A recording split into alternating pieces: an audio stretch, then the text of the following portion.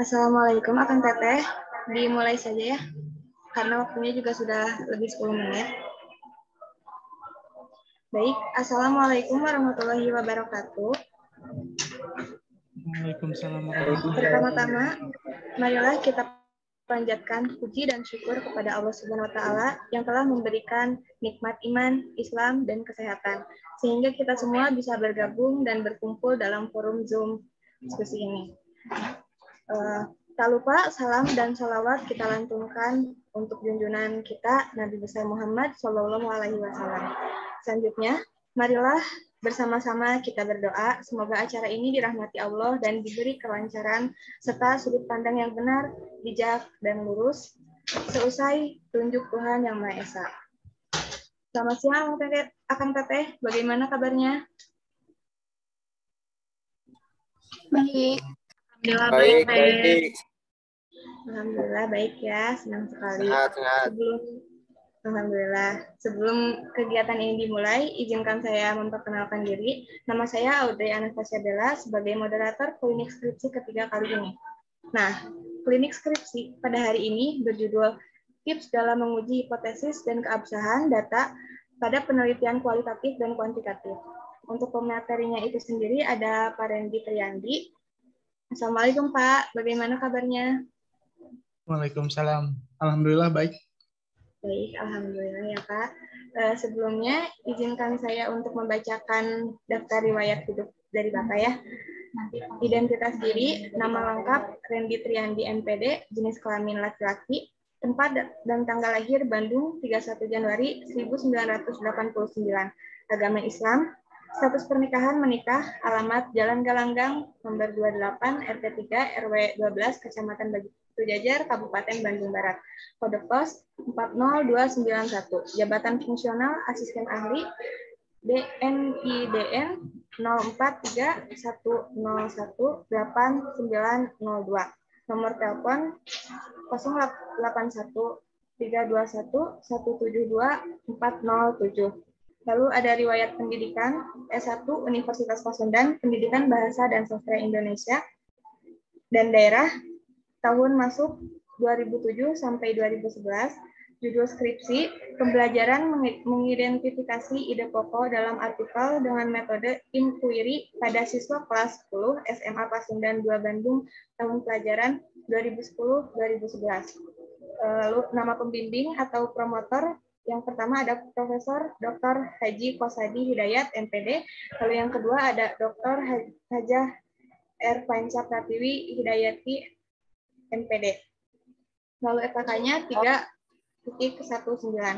Lalu S2 Universitas Pendidikan Indonesia, Pendidikan Bahasa dan Pendidikan Bahasa Indonesia, tahun masuk 2012 sampai 2016. Judul skripsi model quantum writing berbasis kecerdasan interpersonal dalam pembelajaran menulis artikel. Lalu nama pembimbingnya ada Profesor Dr. Shihabuddin, MPD, lalu Dr. Hajah Yeti Mulyati, MPD, IPK 3,56. Lalu selanjutnya ada pengalaman organisasi tahun 2007 sampai 2010, Teater Titik, 2008 sampai 2010 HMBSI, 2010 sampai 2011 BEM FKIP Unpas. Lalu pengalaman kerja, tahun 2011 ada guru Bahasa Indonesia di SMA Negeri 20 Bandung. Lalu tahun 2012 sampai 2015 Panitia Sertifikasi Guru atau PLPG Universitas Pasundan. Lalu 2013 sampai dengan sekarang dosen MKU Bahasa Indonesia Fakultas Teknik Universitas Pasundan. Lalu 2014 sampai dengan sekarang dosen tetap Fakultas Keguruan dan Ilmu Pendidikan Universitas Pasundan. Lalu sebelum kegiatan ini dimulai, jadi kegiatan ini terbagi atas 2 sesi. Yang pertama 45 menit untuk pemaparan materi dan 15 menit untuk sesi diskusi tanya jawab. Baik, untuk mengefisienkan waktu, langsung saja kita mulai kegiatan ini. Untuk Pak Rendi, saya persilakan. Ya, baik. Suara saya terdengar? Terdengar, Pak. Terdengar ya. Yang lainnya ini yang hadir bisa buka kamera. Ada yang sedang di jalan, sedang tiduran, dan lain sebagainya ya. Ada yang di himpunan, ada yang di rumah ini ya. Ini kebanyakan angkatan seberapa nih yang hadir? Angkatan 2018 banyak tidak? Coba cek. 2018 ada? Hadir Pak, hadir. Ada Pak. Hadir. Hadir. Ya, karena Anda yang sebentar lagi menghadapi atau mengerjakan skripsi gitu ya. Sudah tahu jadwal untuk seminar proposalnya? Yang 2018? Sebentar lagi seminar proposal kan ya? Kalau tidak Ya salah. Pak, ya. Kapan itu? Ini Tanggal AJJ siapa Aji? 28 Pak. 28 ya, di hari Jumat. Ya.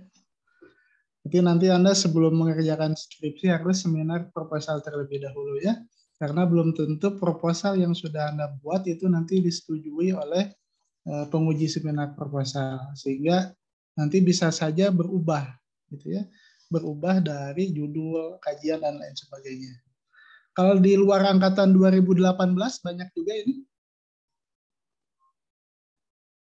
2019, 20 atau 2018 semua ini?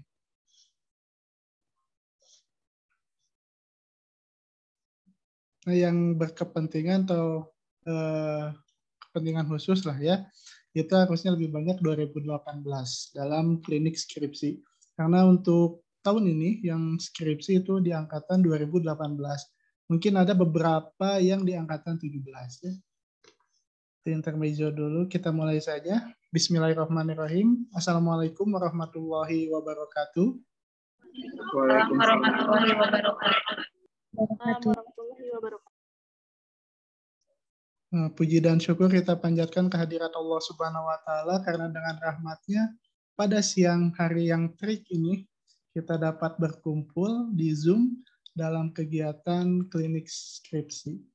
Tak lupa juga salawat serta salam kita panjatkan ke baginda alam Nabi Muhammad Shallallahu Alaihi Wasallam, kepada keluarganya, para sahabatnya, hingga kita sebagai umatnya. Baik, untuk hari ini kita akan membahas, saya dapat kepercayaan amanah dari HMBSI untuk menyampaikan tips dalam menguji hipotesis. Gitu ya. Kalau menguji hipotesis itu pasti nanti arahannya ke penelitian kuantitatif. Ya. Dan ada juga uji keabsahan data, itu lebih ke penelitian nantinya kualitatif. Gitu ya. Karena di skripsi tahun ini pasti ada dua kajian atau dua metode penelitian lah ya. Ada yang penelitiannya kuantitatif, ada yang penelitiannya kualitatif. Kalau dulu begitu ya, sebelum pandemi itu penelitian mahasiswa semuanya kuantitatif. Belum ada yang kualitatif di PBSI ya. Belum ada. Nah, pas pandemi di tahun 2019-2020 lah ya. Berarti di angkatan 17 dan 16 itu baru bisa kualitatif. Kenapa? Karena kualitatif memungkinkan kita untuk mengerjakan skripsi gitu ya, atau mengkaji sebuah penelitian tanpa turun ke lapangan. Tapi sebenarnya kualitatif itu yang bagus harusnya ke lapangan harusnya gitu ya. Tapi ada opsi lain yang sederhana, penelitiannya kajian deskriptif atau analisis deskriptif, mengkaji teks, naskah begitu ya. Sehingga Anda di rumah pun bisa gitu ya. Sehingga ketika kemarin pandemi ada opsi untuk penelitian kualitatif. Dan sekarang karena sekolah pun sudah masuk di beberapa sekolah tatap muka, tentunya untuk kuantitatif bisa. Karena di 2017 kemarin, tahun kemarin ada juga yang kuantitatif. Hanya pembelajarannya kemarin daring gitu ya. Dan sebenarnya itu bisa dijadikan sebuah penelitian juga karena kan baru gitu ya. Karena penelitian harusnya berawal dari fenomena yang ada gitu ya. Nah, sebelum saya ke materi ini, saya mau tanya dulu nih ya, khususnya ke 2018 ataupun yang di angkatan 2019-20 pun tidak apa-apa. Mungkin punya rencana ke depan penelitiannya mau seperti apa. Ini kira-kira kemarin yang sudah membuat proposal kebanyakan kuantitatif kualitatif nih. Coba acungkan tangan yang kuantitatif. Kuantitatif dulu. Nah, Rosiana kuantitatif. Ada lagi yang kuantitatif?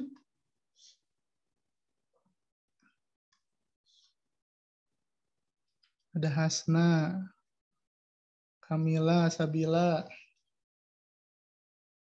Kalau kualitatif, coba yang kualitatif. Terutama yang sudah membuat proposalnya kemarin, kualitatif. Aji, siapa lagi? Berarti untuk yang propela nih ya. Untuk yang proposal sekarang, bisa kuantitatif kualitatif ya dari Prodi. Saya tanya dulu nih. Takutnya ada kebijakan lain dari Prodi. Halo? Yang 2018 kemarin diperbolehkan kuantitatif atau kualitatif atau dikhususkan? Dibolehkan, Kak. Dikhususkan tidak? Dibolehkan ya. Dibolehkan. Berarti alhamdulillah begitu ya, sehingga ada kalau dulu kadang mahasiswa ingin yang kajian tapi tidak bisa begitu karena kebijakannya. Kalau sekarang kalau kebijakannya bisa kuantitatif ataupun kualitatif, bisa menurut sesuai apa ya, minatnya lah ya, minatnya. Baik, saya izin membagikan layar.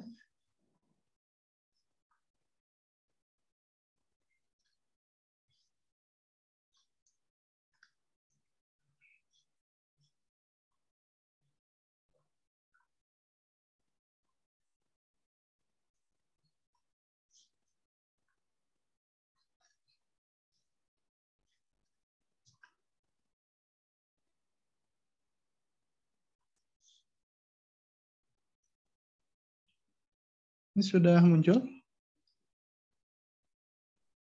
Sudah, Bapak. Sudah, Pak. Sudah ya? Baik, sebelum kita bahas lebih jauh, kita bahas tentang latar belakangnya dulu nih ya. Nah, jadi apa sih perbedaan kuantitatif dan kualitatif? Saya tidak akan bahas apa itu pengertian kuantitatif, kualitatif gitu ya, karena 2018 kan pasti sudah, 2019 pun sepertinya sudah ya metode penelitian ya. Ya.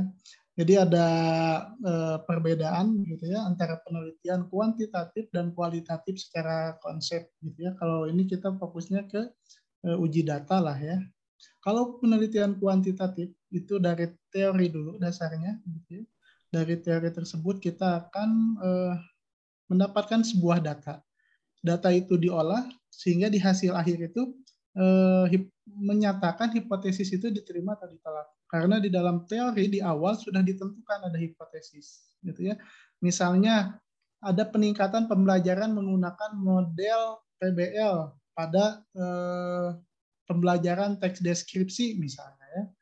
Itu sudah ada begitu ya hipotesis atau jawaban si penelitian itu. Kita sudah bisa mengukur secara teori. Dan kita mengambil data, misalnya kalau kebanyakan biasanya ke sekolah lah ya, karena biasanya kalau kuantitatif itu tentang pembelajaran. Nanti pembelajarannya bisa berupa dikaitkan dengan metode pembelajarannya, dengan modelnya, ataupun dengan media pembelajarannya.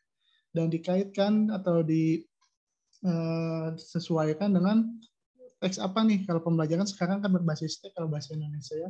Misalnya pembelajaran tentang teks eksplanasi, dan lain sebagainya.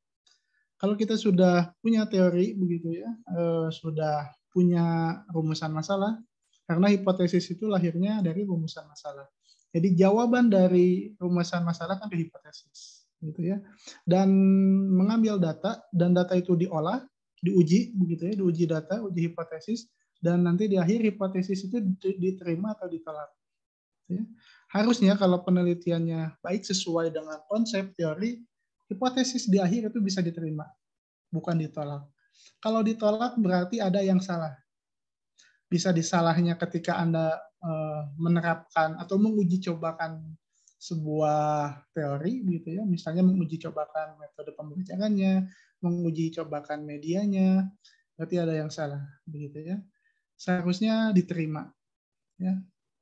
Dan biasanya kalau ke sekolah itu uji cobanya kan kuantitatif biasanya berupa eksperimen lah ya, karena uji sesuatu hal atau uji pembelajaran gitu ya. Biasanya itu di 2 kelas, ada kelas kontrol, ada kelas eksperimen, karena uji coba ya. Dan diuji cobakan itu berhasil atau tidak. Karena berhasil tidaknya nanti di pengolahan data, sehingga nanti di akhir itu hipotesisnya diterima atau ditolak. Kalau penelitian kualitatif itu dari data dulu, gitu ya. Karena dari penelitian kualitatif yang paling utama itu data. Data itu dibedah oleh teori, gitu ya. Sehingga nanti di hasil akhir ada teori baru ataupun ada temuan dari hal yang sudah kita kaji berdasarkan teori, gitu ya. Jadi kalau biasanya kualitatif itu kan lebih ke observasi, mengamati, begitu ya, menganalisis secara mendalam, gitu ya. Menganalisis apa ya, data, begitu ya, data. Kalau kebanyakan kalau kualitatif murni, gitu ya, yang kompleks biasanya kan, misalnya penelitian tentang fenomenologi, tentang fenomena. Kalau kita kan di bahasa fenomena bahasa nih, gitu ya. Misalnya bahasa Sunda di Pangandaran, gitu ya, dengan bahasa Sunda di Karawang. Misalnya ada perbedaan, itu bisa dikaji, gitu ya, turun ke lapangan, kita mengobservasi, begitu ya, mengambil data, mewawancarai, mengamati, begitu ya, dan dibedah melalui teori nantinya, begitu ya, dibedah melalui sebuah kajian. Misalnya kajiannya apa nih? Kajiannya sosiolinguistik misalnya, ataupun misalnya kita ingin mengkaji ini di luar yang kajian Anda, begitu ya. Kalau Anda pasti kebanyakannya kan kajian kualitatif deskriptif lah ya, mengkaji sebuah teks, gitu ya, mengkaji sebuah naskah, mengkaji sebuah buku, begitu ya, novel.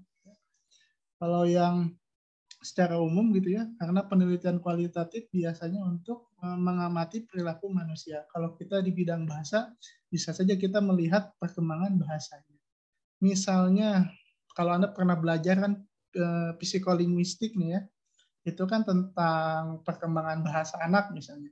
Kita bisa saja menganalisis atau mengkaji bahasa anak 3 tahun. Anak 3 tahun sampai 4 tahun itu bisanya dalam berbahasa apa saja nih. Secara fonologinya, misalnya dikaji secara morfologinya misalnya gitu ya.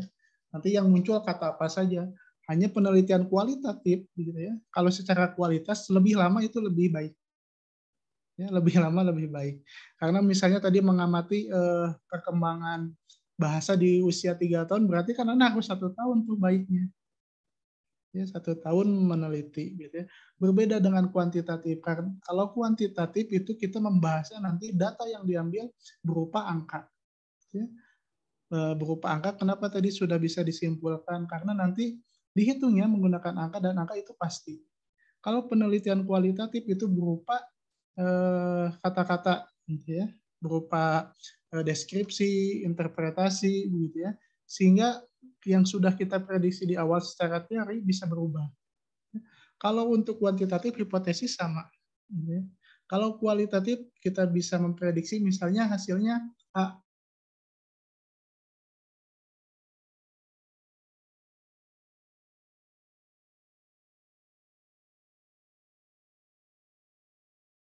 Perbedaan mendasar dari penelitian kuantitatif dan kualitatif. Yang pertama kita akan bahas dulu tentang uji hipotesis. Ini biasanya di penelitian kuantitatif ya, uji hipotesis. Nah, saya tidak akan banyak ya tentang itu, jawaban sementara gitu ya terhadap rumusan yang Itu masih recording. tadi.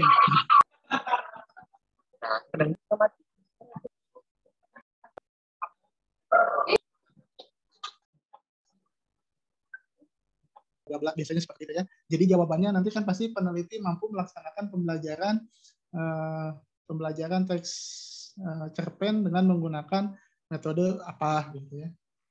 Ataupun misalnya terdapat rumusan masalahnya apakah ada peningkatan pembelajaran menulis cerpen menggunakan metode pembelajaran PBL dengan media A misalnya.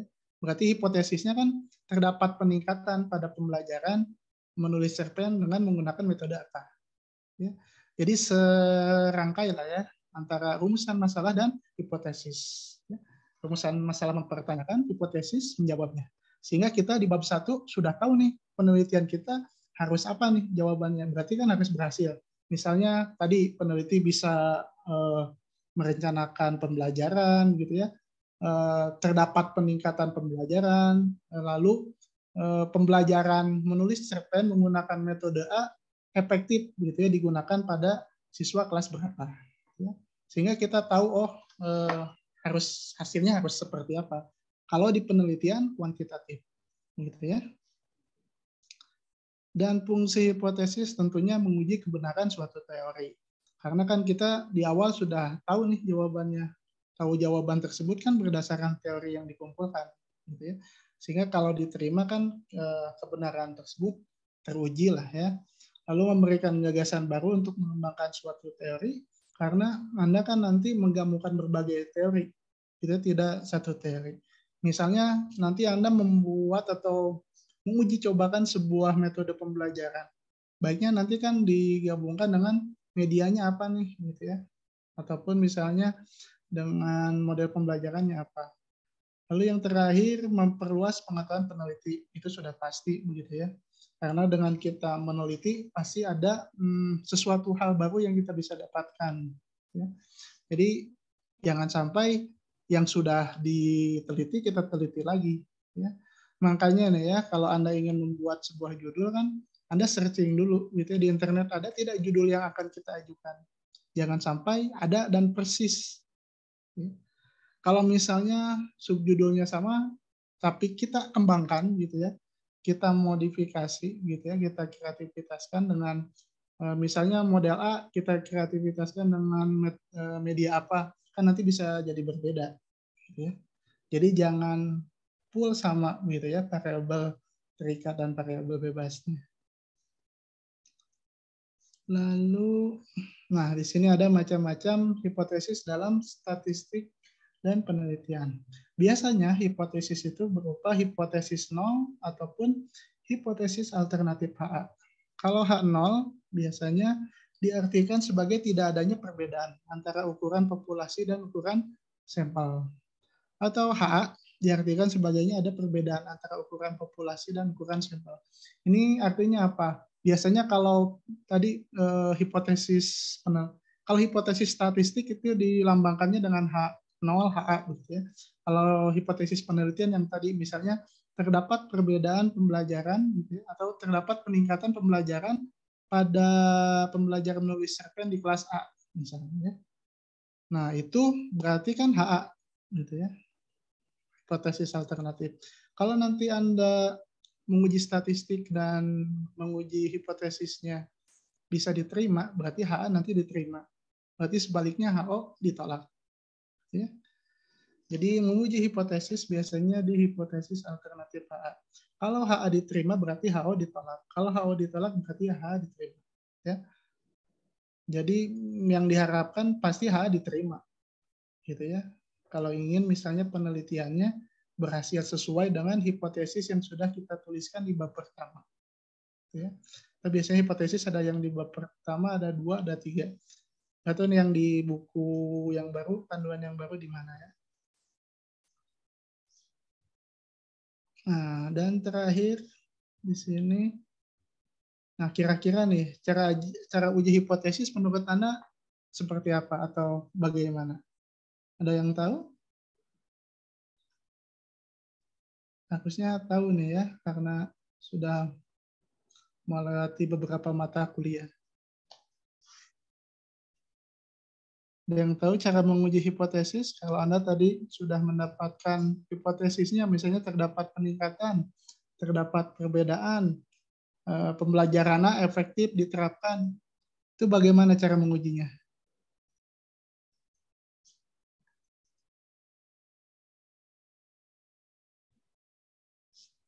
Ada yang menjawab? Nah, kalau Kasiana dengan uji normalitas distribusi, ya. Nah, itu dinamakan apa namanya? Itu dinamakan dengan statistik, begitu ya, statistika ya, ilmu yang mempelajari tentang statistik. Jadi cara uji hipotesis, begitu ya, di penelitian kuantitatif itu menggunakan statistik, begitu ya, itu di bagian pengolahan data. Nah, makanya kalau Anda yang sudah belajar statistik gitu ya, kalau 2018 sudah ya dengan saya atau belum? Saya lupa nih ya. Belum, Pak. Baru di kontrak semester ini. Yang 2018? Iya, ya. Oh, karena perubahan kurikulum ya. Harusnya kalau yang dulu-dulu di semester 7 kalau dulu ya. Kalau sekarang di semester 6. Anda kemarin kan beda lagi ya. Kalau tidak salah berarti ada, kalau 2019 kontrak statistik juga. Di sini ada angkatan 2019 tidak? Mengontrak Bapak? Saya ingin tahu. Kontrak juga 19? Iya Bapak. Ya. Jadi kalau statistik itu saya kira 2018 sudah ya. Makanya saya lupa ingat ya yang sudah kemarin angkatan berapa. Berarti karena ada perubahan kurikulum ya, jadi ada 2 angkatan yang mengambil. Berarti nanti seterusnya statistik itu ada di semester 6 gitu ya. Sehingga ketika skripsi sudah tahu. Tapi kalau Anda ini sambil berjalan, gitu ya, sambil berjalan skripsi, sambil mengontrak mata kuliah statistik. Kalau dulu dengan saya, kalau sekarang nanti dengan langsung oleh ahlinya lah ya, dari jurusan matematika. Jadi karena statistik kan itu ilmu murninya di matematika gitu ya. Karena saya kan di bahasa lah ya. Tahu sedikit, kemarin mengajarkan ke Anda. Lalu nanti dengan Pak Jusep gitu ya, insya Allah dengan Pak Jusep. Mungkin kalau saya ada mendampingi Pak Jusep lah ya, biar kenal dulu dengan Anda. Jadi cara uji hipotesis itu dengan statistik, gitu ya. Nah, saya kira sudah begitu ya, sehingga saya tidak akan tadinya membuat ininya tidak terlalu panjang lah ya. Kalau Anda belum statistik, begitu ya, mata kuliah statistik ini sebagai gambaran awal lah ya. Jadi statistik itu ilmu yang mempelajari tentang mengolah data, gitu ya, tentang perencanaannya, menginterpretasikan data, begitu ya, sehingga nanti muncul dalam bentuk grafik, tabel, dan lain sebagainya. Jadi saya langsung fokus ke uji hipotesisnya ya. Saya tidak akan bahas statistik itu apa nanti lama lagi ya. Jadi di uji hipotesis itu, gitu ya, nantinya karena sebelum uji hipotesis sebenarnya ada uji normalitas data, ada uji homogenitas data, gitu ya. Diuji prasyarat sebelum uji hipotesis. Kenapa kita harus uji normalitas dan uji homogenitas data? Karena kita untuk menentukan uji hipotesis yang nanti sifatnya apakah parametrik ataupun non parametrik, gitu ya. Bedanya apa? Kalau parametrik tadi uji yang kita olah itu normal, ya. Tapi kalau datanya tidak normal itu diuji non parametrik. Nah, ini yang di dalam kurung Kolmogorov-Smirnov, Lipin test itu uji tes yang ada di SPSS. Ya. Kenapa menggunakan SPSS? Biar lebih mudah dan akurat. Sebenarnya ada yang misalnya rumus-rumus. Kalau rumus-rumus itu biasanya saya gunakan di analisis deskriptif. Misalnya mean, median, gitu ya. Modus itu dengan rumus-rumus masih bisa. Tapi untuk uji hipotesis itu dengan SPSS. Meskipun nanti di SPSS muncul mean, median, modusnya, gitu ya. Ataupun misalnya simpangan bakunya. Karena ini tentang uji hipotesis, saya langsung fokus ke uji hipotesisnya. Salindianya belum berganti. Ini yang di Anda, salindianya uji hipotesis SPSS bukan? Masih latar belakang, Pak. Hah? Dari tadi tidak berganti? Iya, Saya sudah Bapak. jauh nih. Saya coba buka lagi ya.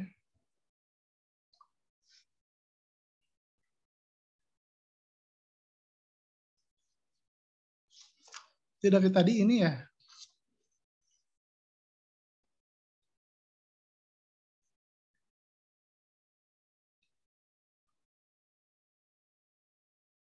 Nah, kalau sekarang ada tidak yang cara uji hipotesis atau uji hipotesis SPSS? Masih loading, Pak.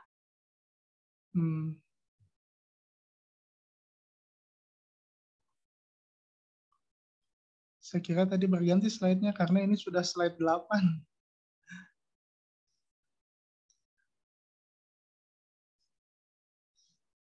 koneksi gitu ya. Kalau suara saya tadi putus-putus tidak? Tidak, Pak. Aman, Pak.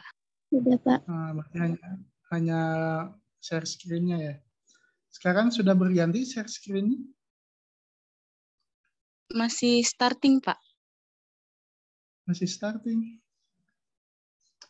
Kenapa lama ya? Kalau di yang lain sama? Sama, Pak. Kalau di saya langsung muncul. Saya coba stop lagi nih.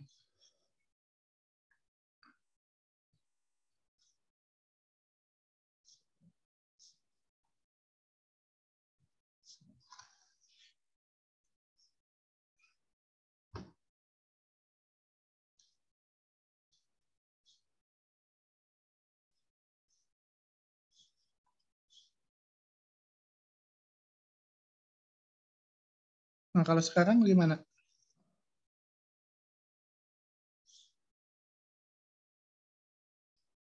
Muncul tidak?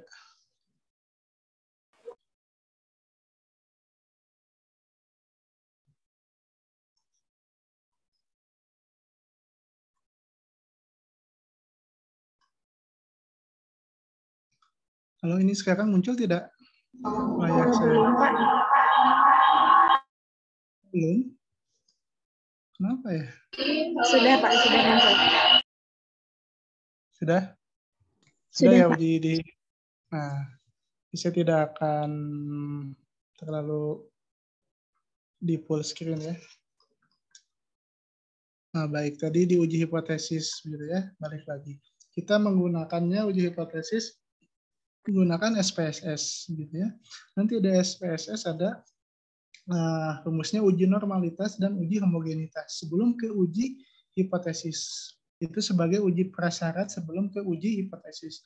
Tapi sebelumnya biasanya Anda analisis deskriptif data dulu. Misalnya kata-kata dari nilai kelas A, kelas B itu berapa, gitu ya. Nilai yang paling banyak muncul berapa. Gitu ya. Tapi itu belum kuat secara kesimpulan, sehingga harus diuji hipotesis dan baiknya menggunakan SPSS. Ya. Jadi nanti sebelum uji hipotesis ada uji normalitas dan homogenitas. Nanti kalau datanya normal tadi uji hipotesisnya parametrik, kalau tidak normal ya, itu non parametrik. Kalau normal tidaknya nanti angka yang muncul di akhir itu lebih dari 0,05. Kalau lebih dari 0,05 itu normal datanya. Ya. Kalau di bawah 0,05 berarti datanya tidak normal. Begitu ya. Berbeda dengan nanti uji hipotesis itu harus di bawah 0,05 atau lebih kecil dari 0,05 ya. Di uji hipotesis ini saya pakai rumus yang paling banyak muncul untuk rumusan masalah penelitian kuantitatif di bahasa Indonesia gitu ya. Karena uji hipotesis itu nanti banyak ragamnya gitu, berdasarkan bidang kajian, rumusan masalah begitu ya, ataupun variabel-variabel lainnya. Kita bahas yang uji hipotesis yang parametrik ya. Karena hipotesis non parametrik sama gitu ya. Hanya bedanya datanya tidak normal gitu ya. Kita bahas tentang uji Paired Sample T-Test. Sekarang berpindah tidak? Share screen-nya. Tidak, Pak. Masih di uji hipotesis? Iya, Pak. Nah, kenapa lambat ya?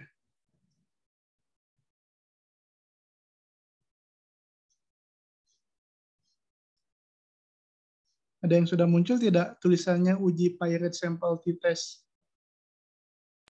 Belum, Bapak. Ya. Saya coba stop nih.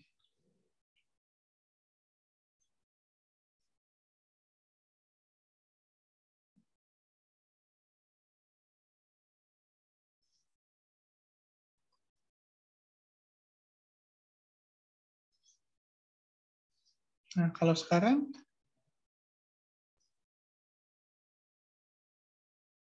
atau masih loading? Sudah, Pak. Nah, saya takutnya nih setiap slide harus stop dulu. Mudah-mudahan tidak lah ya.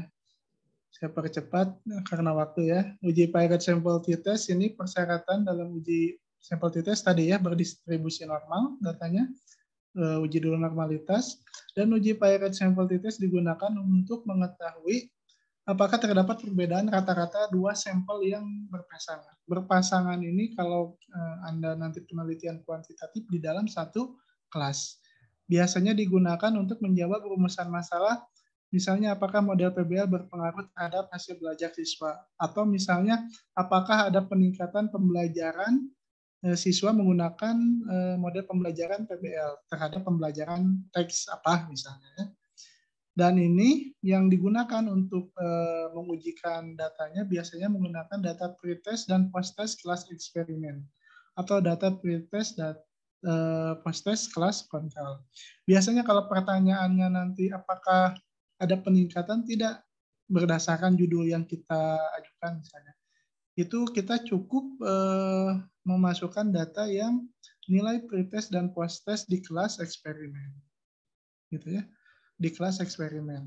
Sehingga nanti kalau misalnya keluar nilainya itu kurang dari 0,05, signifikansinya itu berarti nanti HA diterima ataupun hipotesis diterima. Atau misalnya terdapat peningkatan di kelas A menggunakan model pembelajaran apa. Kalau statistik nanti akan munculnya seperti ini. Sekarang berpindah tidak? Masih di uji PET sampel t-test, Pak. Belum contohnya ya. Berarti ya, saya harus stop ya. Stop, share screen. Kenapa ya? Kalau koneksi, suara saya jelas kan ya? Nah, contohnya. Sekarang muncul langsung contoh ya? Sekarang muncul tidak contoh uji Pie-Rate? Belum, Pak.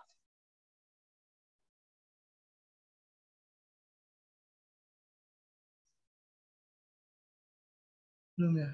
Jadi nanti kalau di SPSS itu Anda memasukkan data gitu seperti di Excel, misalnya kalau ada 40 siswa masukkan data nilai pretest begitu ya ataupun tes awal. Nanti masukkan juga data tes akhirnya ataupun post test. Sehingga nanti dimasukkan rumus-rumus begitu ya. Mengklik berdasarkan rumus yang disesuaikan dengan kebutuhan. Kalau di sini Pie-Rate sampel t-test nanti dipilih sehingga nanti akan muncul angka. Sekarang muncul tidak gambar angka di sini di bahan tayang?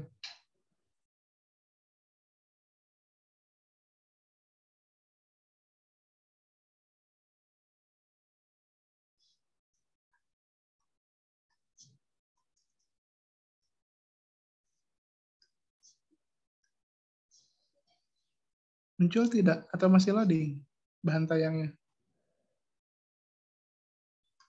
Sudah kesalin dia contoh, Pak. Ya, contoh ya. Nah, dicontohkan di sini ada 0,02.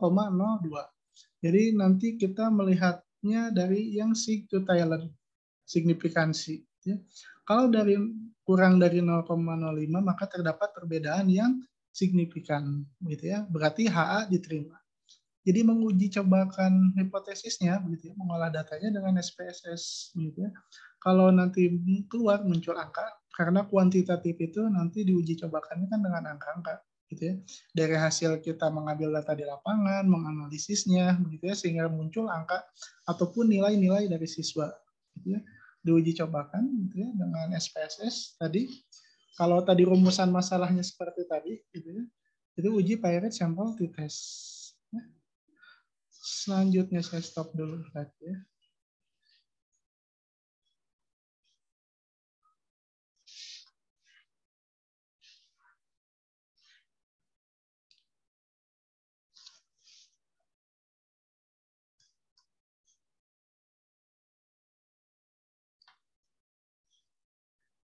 Nah, kalau ini uji independent sample t-test ini digunakan untuk mengetahui apakah terdapat perbedaan rata-rata dua sampel yang tidak berpasangan. Yang tidak berpasangan ini berarti di dua kelas yang berbeda. Biasanya di penelitian kuantitatif bagusnya itu membandingkan dua kelas gitu ya. Ada kelas eksperimen dan kelas kontrol. Kenapa ada dua kelas? Yang pertama, kelas kontrol itu kan kelas yang sudah biasa guru mengajarkan. Misalnya Anda meneliti tentang pembelajaran menulis cerpen. Biasanya si guru menggunakan metode pembelajaran apa nih? Kalau kelas kontrol ya sesuai saja. Berbeda dengan kelas eksperimen gitu ya. Itu diuji cobakannya dengan metode pembelajaran yang sudah ada rancang, dengan media yang sudah ada rancang, sehingga nanti dibandingkan gitu ya. Dibandingkan dua hasil ini. Lebih tinggi mana dan lebih efektif mana. Gitu ya. Secara konsep seperti itulah ya. Tadi syarat untuk uji independen berdistribusi normal, dan biasanya contoh rumusan masalahnya, misalnya apakah ada perbedaan hasil belajar siswa antara siswa yang menggunakan model PBL dan model konvensional, ataupun di kelas kontrol. Ataupun ada rumusan masalah misalnya apa efektivitasnya. Misalnya model PBL efektif tidak digunakan pada pembelajaran cerpen, misalnya ya. Nah, itu bisa digunakan menggunakan dengan uji independent sample test atau uji T lah ya. Dan data yang digunakan itu nanti yang dimasukkan di SPSS datanya itu data nilai siswa yang post test ataupun tes akhir begitu ya. Post test ya. Nanti post test yang kelas eksperimen dan kelas kontrol. Jadi dibandingkan dua data tersebut. Gitu ya. Sehingga nanti muncul datanya. Saya stop dulu ya biar berpindah.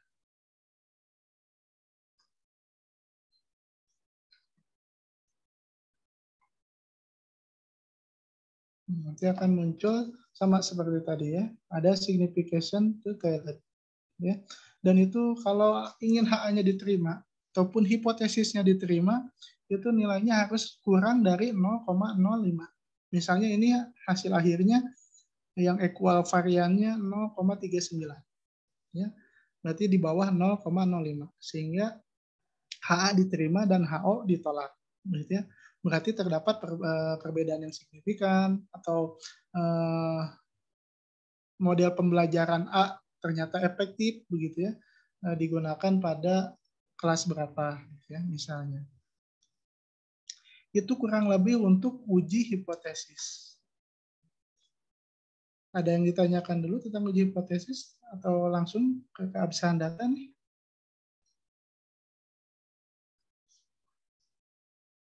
Kalau masih jadi bingung?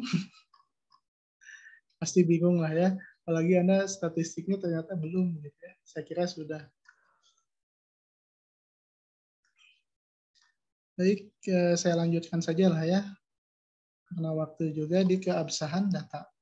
Nah, kalau tadi hipotesis, uji hipotesis itu di kualitatif gitu. Karena di kuantitatif tadi di hipotesis. Kalau di kualitatif itu sebenarnya tidak ada hipotesis gitu ya sebenarnya. Tidak dicantumkan tidak apa-apa. Kecuali memang misalnya ada pembimbing yang ingin dicantumkan juga hipotesisnya ada di kualitatif tidak apa-apa. Di sini karena tadi uji atau penelitian kualitatif gitu ya berdasarkan data gitu ya, sehingga kita harus menguji keabsahan data gitu ya. Data itu sah atau tidak gitu ya, karena kalau datanya tidak kredibel gitu ya, valid, reliabilitas dan objektivitas. Karena data yang baik kan yang valid, yang reliable dan objektif. Ya, kalau di sini dibagi 4 ada credibility, transferability, defendability, dan confirmability. Ya, kita akan bahas satu per satu. Saya stop dulu.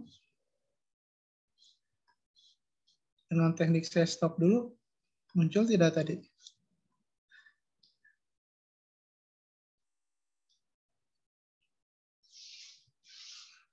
Sekarang muncul tidak di layar uji kredibilitas? Masih loading, Belum, Pak. Bapak. Belum, masih apa? Masih loading? Iya, Pak, masih loading.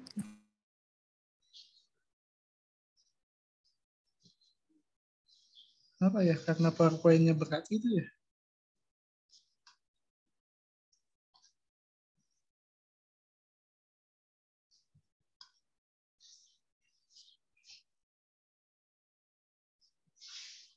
Nah, sekarang sudah muncul?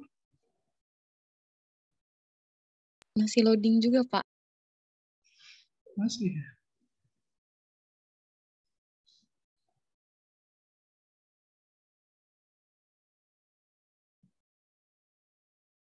Nah, sambil menunggu loading saya bahas lah ya. Jadi tadi ada 4 gitu ya. Salah satunya yang pertama yaitu menguji kredibilitas data. Ya, menurut Sugiono dalam bukunya menyatakan uji kredibilitas data atau kepercayaan, kredibel itu kan terpercaya lah ya. Menguji kepercayaan terhadap data hasil penelitian kualitatif antara lain dilakukan dengan perpanjangan pengamatan. Jadi untuk menguji sebuah data itu kredibel atau tidaknya itu dengan perpanjangan pengamatan, karena penelitian kualitatif kan kita lebih banyak mengamati, mengobservasi misalnya di lapangan. Jadi ketika Anda kalau kualitatif sebentar gitu ya, itu masih kurang dipercaya lah gitu ya, sehingga harus ada perpanjangan pengamatan sehingga data yang diambil dari pengamatan lebih sahih gitu ya. Kalau lebih banyak data yang diambil.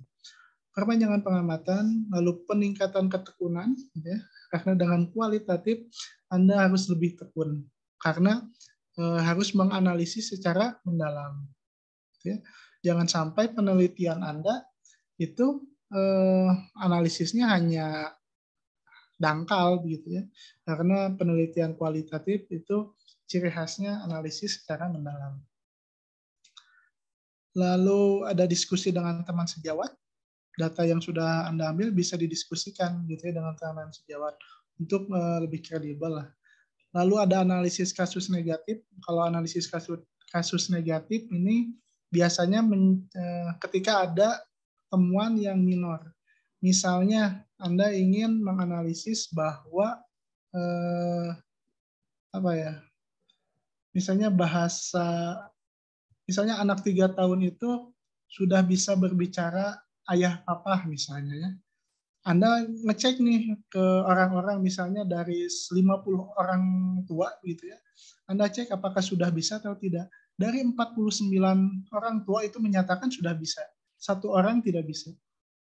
Berarti ada kasus negatif nih, ada yang tidak sesuai.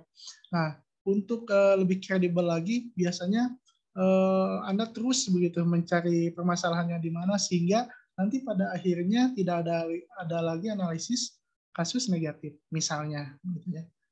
Karena ada ketidaksesuaian tadi jawaban. Karena dengan kasus yang sama. Gitu. Dan yang terakhir yaitu member check.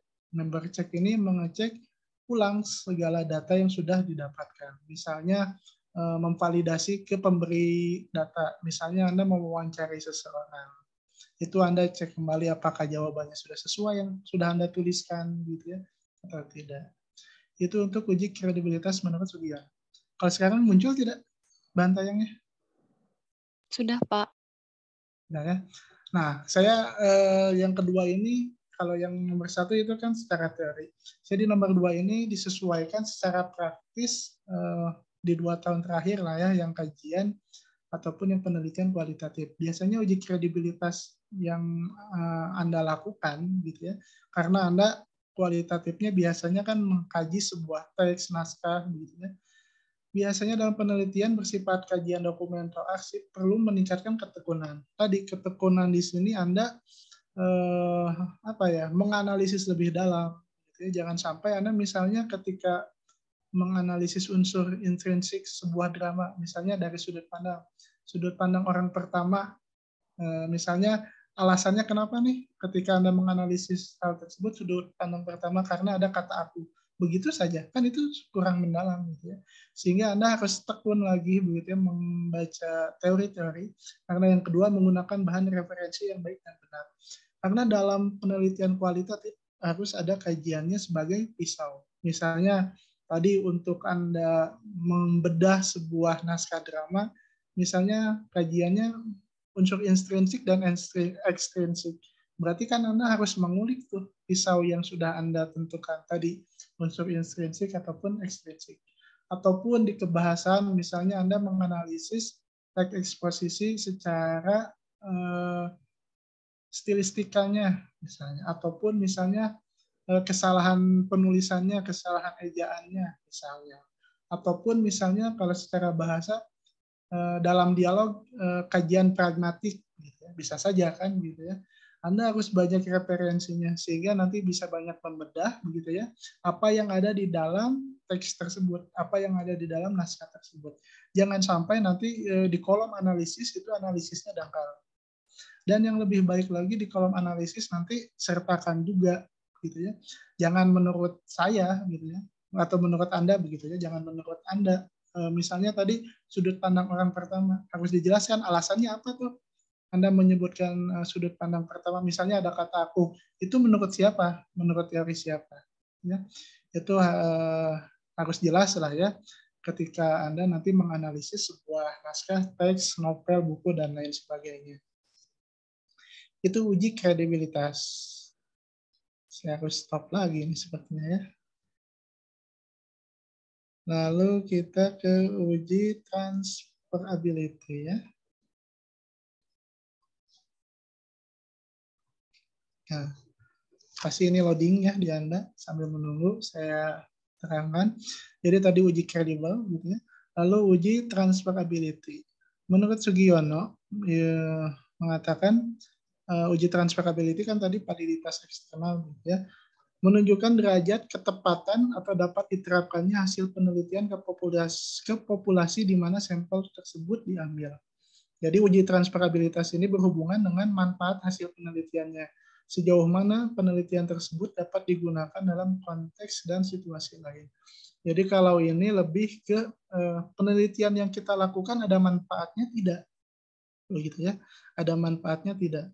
Misalnya Anda membedah sebuah teks, membedah sebuah naskah, gitu ya. Misalnya kalau Anda misalnya membedah surat dinas di desa Anda, begitu ya. Nanti ada manfaatnya tidak? Harus ada. Misalnya nanti surat yang dibuat oleh administrasi desa ke depannya tidak banyak yang salah lagi secara ejaan misalnya ya. Tapi kalau di prodi kita yang saya lihat kemarin ya secara praktisnya biasanya pemanfaatannya itu dijadikan bahan ajar. Betul tidak? Anda pasti membuat judul misalnya kajian teks apa menggunakan tadi pisaunya apa sebagai alternatif bahan ajar. Begitu tidak? Anda membuat judulnya yang 18 nih. Yang kualitatif. Betul, Pak. Betul ya? Nah, itu salah satunya di uji transferability begitu ya, ada manfaat yang Anda kaji begitu ya. Jadi nanti Anda misalnya membuat bahan ajar dari hasil analisis deskriptif terhadap suatu naskah, teks dan lain sebagainya. Jadi penelitian yang sudah Anda kajian yang sudah ada bedah gitu ya, misalnya tadi teks drama gitu ya, novel itu dijadikan sebuah bahan ajar gitu ya. Sehingga ada hubungannya dengan apa ya, karena kita pendidikan bahasanya bukan bahasa murni, tetap harus dikaitkan dengan pembelajaran di sekolah. Ya. Berbeda mungkin kalau Anda bahasa Indonesianya murni, kalau di UPI bisa pilih tuh pendidikan atau murni gitu ya. Kalau murni misalnya tadi kajian ya kajian saja, tidak dikaitkan dengan pembelajaran. Itu uji transferability. Tadi muncul yang uji transferability.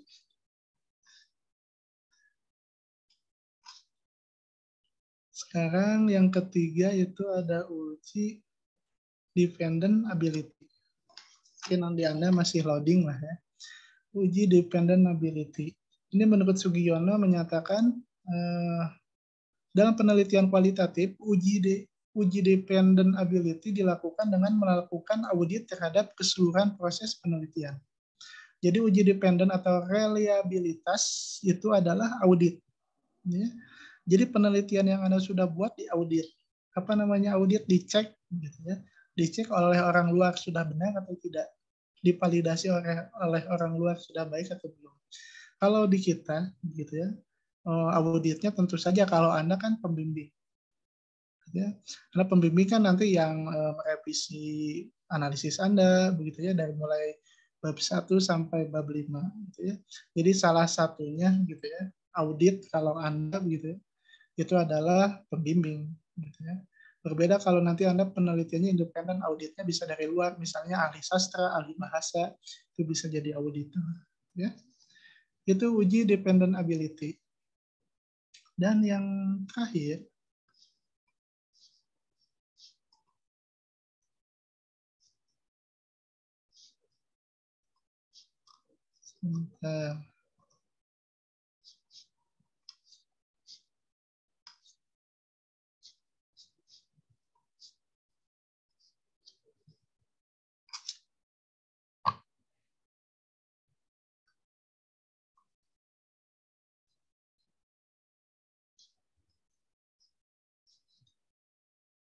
Yang di Anda pasti sedang loading ya.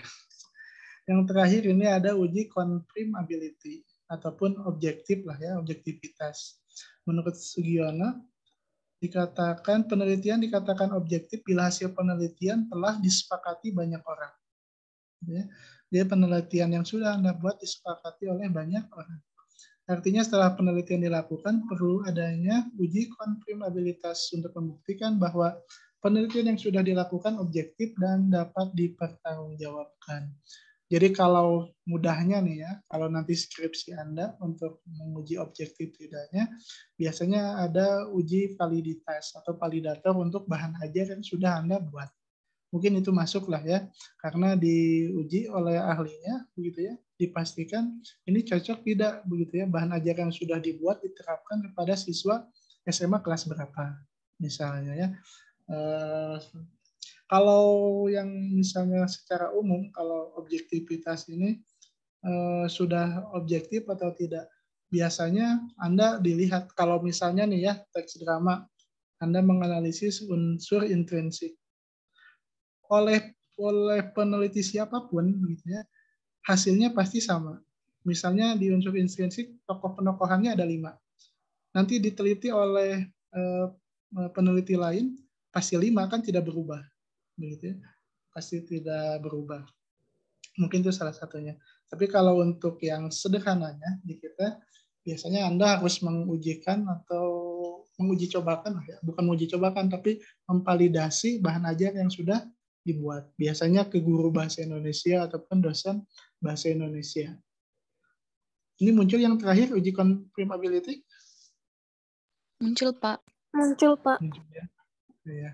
Jadi kurang lebih itu gitu ya, untuk uji keabsahan data. Tadi data yang sudah atau yang akan dikumpulkan gitu ya. Karena sebenarnya data Anda itu kan sebuah teks, novel, buku, itu kan sebenarnya kalau teks atau arsip lah ya, keabsahan datanya kan Anda jelas buku tersebut diterbitkan di mana, oleh siapa, penulisnya siapa, sehingga di bab 4 itu bagusnya kalau penelitian kualitatif dituliskan juga tentang profil naskah tersebut ataupun teks tersebut ataupun novel tersebut. Lalu penulisnya siapa itu dibahas dulu. Itu menunjukkan keabsahan data begitu ya. Data yang terpercaya. Selain yang tadi yang kredibel sampai ke confirmability. Mungkin itu yang bisa saya sampaikan, waktunya lebih ya sedikit ya.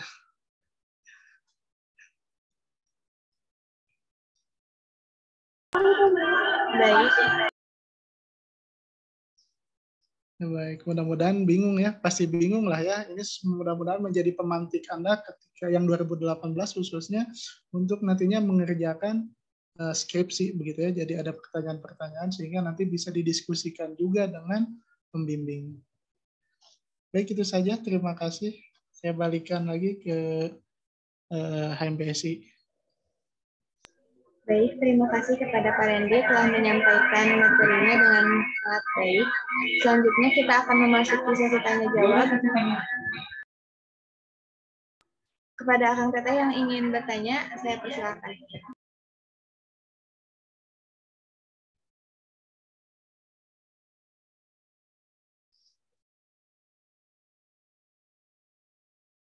Baik, ada yang mengangkat tangannya, Teh Rosiana. Saya persilakan. Bismillahirrahmanirrahim. Assalamualaikum warahmatullahi wabarakatuh. Waalaikumsalam. Sebelumnya saya ucapkan terima kasih Bapak atas ilmunya, Masya Allah. Dan Teh Audrey juga selaku moderator. Mohon izin bertanya Pak, jadi terkait uji hipotesis tadi Pak, berarti kami itu setelah mendapatkan data, kalau misalnya saya di kuantitatif berarti kan data hasil tes keterampilan menulis siswa nih Pak. Nah, kemudian setelah itu teksnya berarti saya uji normalitas dan homogenitas dulu. Nah, setelah misalnya normal tadi baru bisa masuk ke uji PET sample t-test atau uji T begitu ya, Pak.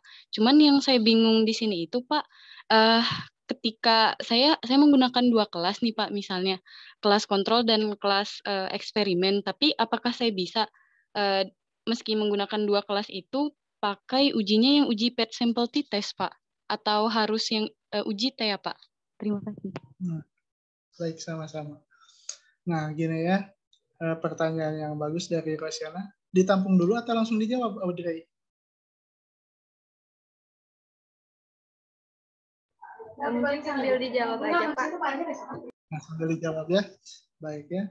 Tadi diuji yang non parametrik dan parametrik kan ada dua ya, pirate sample t-test dan independent sample t-test. Jadi pirate kan yang saya sebutkan untuk yang satu kelas membandingkan post-test dan pre-test post-test. Kalau yang independent sample t-test dua kelas berbeda gitu ya, membandingkan post-testnya. Itu diujikan untuk yang mana gitu ya. Jadi berdasarkan rumusan masalahnya. Anda lihat rumusan masalah. Kan rumusan masalah itu tidak mungkin satu. Gitu ya. Biasanya kan minimal 3 lah ya. Kalau kuantitatif yang saya lihat minimal 3. Yang pertama pasti yang muncul itu apakah peneliti mampu merencanakan. Gitu ya. Merencanakan pembelajaran titik-titik menggunakan titik-titik. Begitu ya kan biasanya. Nah itu biasanya tidak pakai statistik pun tidak apa-apa. Itu dengan statistik analisis deskriptif bisa membuat rata-rata ya median dari hasil penilaian guru ketika kita mengajar gitu ya, nanti muncul nilainya, rata-ratanya berapa, nanti kriterianya masuk kemana. Itu untuk menjawab rumusan masalah yang pertama misalnya. Yang kedua biasanya yang muncul itu yang tadi yang pirate sample t-test gitu. Misalnya adakah peningkatan pembelajaran menggunakan metode A begitu ya. Berarti kalau hanya menggunakan metode A yang kelas eksperimen saja, gitu ya, itu baru menguji cobakannya dengan pirate sample t-test. Lalu biasanya ada pertanyaan lagi yang terakhir, efektif tidak pembelajaran itu dilaksanakan menggunakan metode tersebut? Baru itu menggunakan independent sample t-test. Jadi yang terpenting itu kita harus bisa memetakan dulu nih rumusan masalah yang dibuat. Nanti ketika dibuat hipotesisnya, diujinya seperti apa nih? Jadi jangan sampai kita bingung gitu ya. Jadi kita harus bisa memetakan, oh kalau rumusan masalah ini dijawabnya seperti apa. Yang misalnya yang tadi kedua, oh ini kalau peningkatan di dalam satu metode berarti kan di dalam satu kelas. Misalnya metode A, nah berarti kan dua kelas itu metode pembelajarannya beda tuh, ataupun medianya beda tuh. Berarti kan itu menggunakan pirate sample t-test. Kalau bertanya efektif tidaknya, berarti kan dibandingkan dengan kelas lain. Ya. Ataupun misalnya pertanyaannya apakah ada perbedaan hasil belajar dari kelas eksperimen dan kelas kontrol, nah itu bisa juga menggunakan independent sample t-test. Jadi baiknya si rumusan masalah itu bisa mewakili dua ini. Ya. Misalnya ada tentang membahas peningkatannya atau perbedaannya, dan yang ketiga tentang efektivitas pembelajaran. Mungkin itu Rosyana kegambar tidak? Atau masih bingung? Masya Allah, Bapak. Makasih, Bang. Terima kasih sekali, Pak. Masya Allah. Ya. Pak, boleh Insya Allah izin? nanti kalau... Ya, silakan, Ros. Oh ya, aduh punten, Bapak. Jadi sebenarnya aku baru punya satu rumusan masalah, Pak.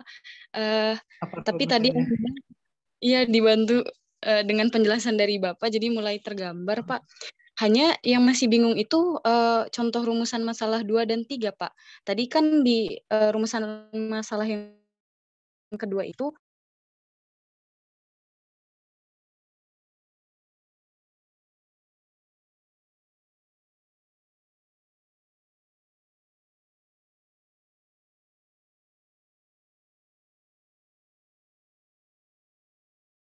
gimana ya, Pak? Kalau ini pengaruh efektif sekilas seperti sama kan ya. Saya menganalogikan mudahnya nih ya. Kalau pengaruh metode pembelajaran, misalnya Anda menggunakan metode pembelajaran PBL, pengaruh metode pembelajaran PBL, pasti kan itu tidak dibandingkan dengan kelas kontrol. Karena kelas kontrol itu kan metode pembelajarannya beda. Sehingga kita ngambilnya itu yang di satu kelas. Berbeda dengan efektif. Gitu ya. Kalau kita ingin melihat efektif, bukan melihat peningkatan di satu kelas tersebut, tapi dibandingkan dengan kelas lain. Begitu ya. Di kelas lain gitu ya, dengan metode yang berbeda, kita nilainya berapa tuh? Misalnya guru itu biasanya menggunakan metode ceramah. Misalnya nilai rata-rata, kalau ini secara mudahnya lah ya, dengan rata-rata. Misalnya secara rata-rata nilainya 80 gitu ya. Tetapi ketika kita menggunakan model PBL gitu ya, di kelas eksperimen nilai rata-ratanya 85 atau 90, kan itu artinya lebih efektif yang kelas eksperimen. Ya. Tapi itu kan secara hitungan analisis deskriptif yang sederhana.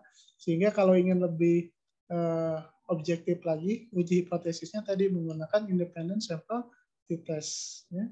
Kalau efektif tadi berbicaranya hanya di satu kelas, melihat pre-test dan post-test, begitu ya, itu kurang lah ya efektif atau tidaknya. Karena pasti ada peningkatan.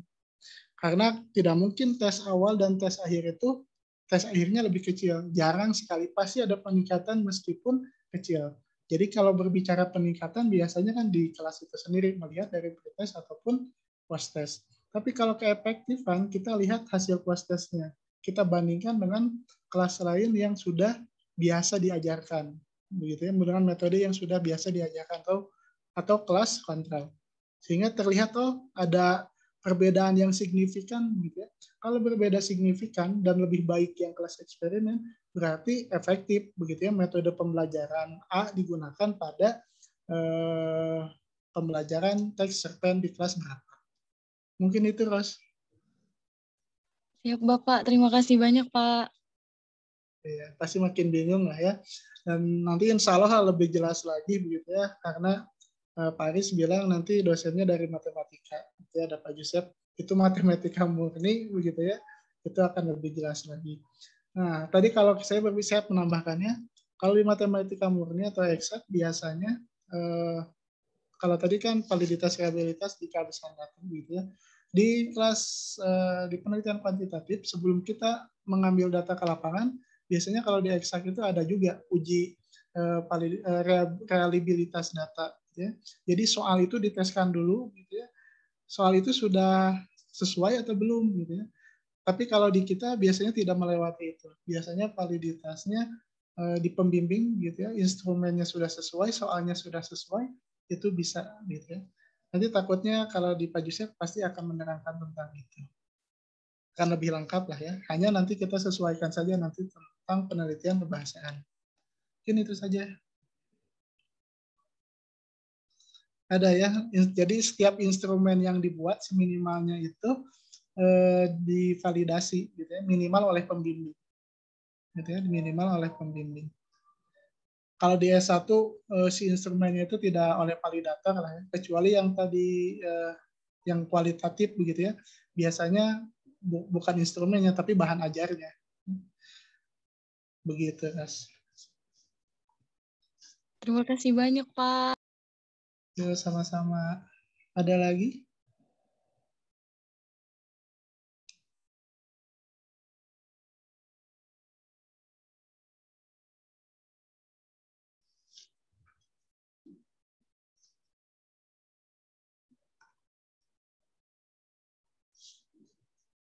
Baik, apakah ada yang ingin bertanya lagi? Atau sudah cukup?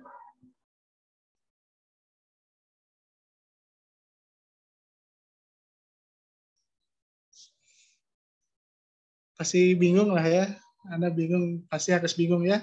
Minimal Anda mempunyai kebingungan dan nanti ada pertanyaan-pertanyaan sehingga nanti ketika di mata kuliah statistik lah ya, apalagi nanti dosennya dari matematika, Anda bisa menggali lebih gitu ya.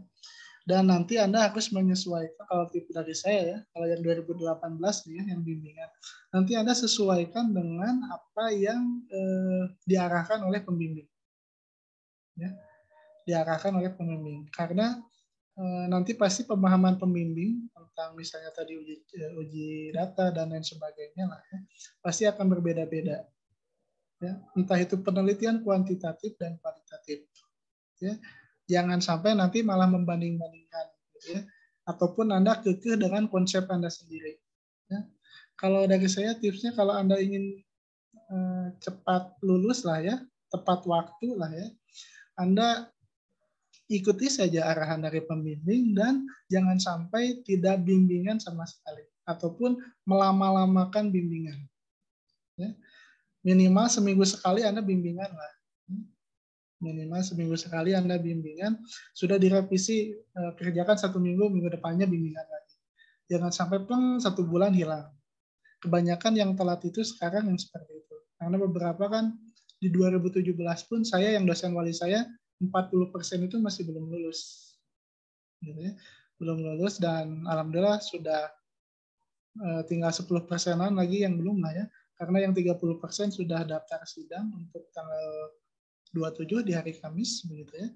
Permasalahannya itu gitu ya. Direvisi oleh pembimbing, mental down, tidak bimbingan lagi, ya sudah. Karena kalau bimbingan itu nanti tugas akhir skripsi bukan hanya Anda misalnya ketika kuliah rajin gitu ya, nilai bagus, itu tidak menentukan di dalam bimbingan skripsi. Kadang yang rajin begitu ya, yang nilainya bagus ketika skripsi mental dan lama. Malahan yang nilainya standar B malah cepat gitu ya, karena dia mempunyai mental untuk misalnya direvisi lagi tidak down gitu ya. Tetap bimbingan. Jadi tetap semangat begitu ya. Jangan sampai Anda takut ke pembimbing. Berdiskusilah, coba diskusi. Ya, takut ke pembimbing minimal diskusi dengan temannya yang di pembimbing yang sama. Ya. Jangan jauh dari teman-teman yang lain. Karena salah satu faktornya juga karena jauh dengan teman yang lain sehingga tidak bisa diskusi juga. Mungkin itu. Terima kasih untuk kesempatannya, Audrey. Baik, terima kasih Bapak. Telah menjawab pertanyaannya dengan sangat baik. Mungkin sebelum ditutup, saya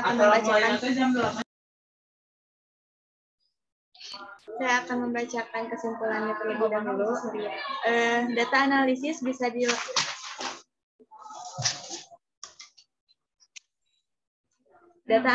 bisa melalui penelitian kualitatif atau kuantitatif atau kualitatif. Lalu ada perbedaan dari kuantitatif dan kualitatif, yaitu kuantitatif dari teori akan mendapatkan sebuah data, lalu hipotesis akan diterima, lalu ditelaah. Lalu ada data kualitatif, yaitu dari data baru mendapatkan teori, lalu ada temuan. Nah, lalu ada konsep dasar independent simplicity test. Yang pertama digunakan untuk mengetahui perbedaan dua sampel atau yang tidak berpasangan. Yang kedua, syarat pokok menggunakan uji independen yaitu data berdistribusi normal. Lalu yang ketiga, data yang digunakan yaitu data post-test, kelas eksperimen, dan data kontrol. Lalu ada uji keabsahan data, ada 4, yaitu yang pertama credibility atau validitas internal. Lalu yang kedua, transferability atau validitas eksternal, yang ketiga defendability atau reliabilitas, yang keempat confirmability atau objektivitas. Lalu ada tips juga dari Pak Randy, jika ingin lulus tepat waktu ikuti arahan dari dosen pembimbing. Mungkin itu saja. Alhamdulillah wa syukurillah, klinik skripsi pada hari ini telah selesai dengan baik. Saya ucapkan banyak terima kasih, terutama kepada Pak Randy, pemateri kita hari ini yang sangat luar biasa dalam memaparkan materi. Dan juga kepada Akang Teteh yang sudah bersedia meluangkan waktu untuk ada dalam kegiatan yang sangat bermanfaat ini. Saya mohon maaf apabila selama jadi moderator, pada kesempatan kali ini ada salah kata dan tutur yang tidak disengaja. Mohon untuk dimaafkan. Semoga kegiatan tetap terus bermanfaat bagi kita semua. Juga semoga Akang Teteh dilancarkan dalam penulisan skripsinya. Dan juga semuanya diberi kesehatan. Baik, sebelum saya akhiri, mungkin buat Akang Teteh semuanya, untuk membuka kameranya karena akan ada sesi foto bersama. Silakan.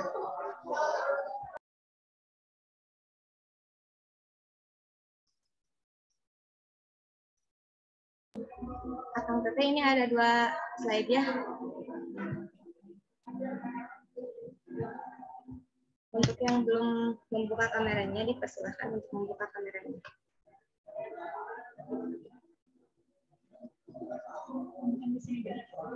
Udah.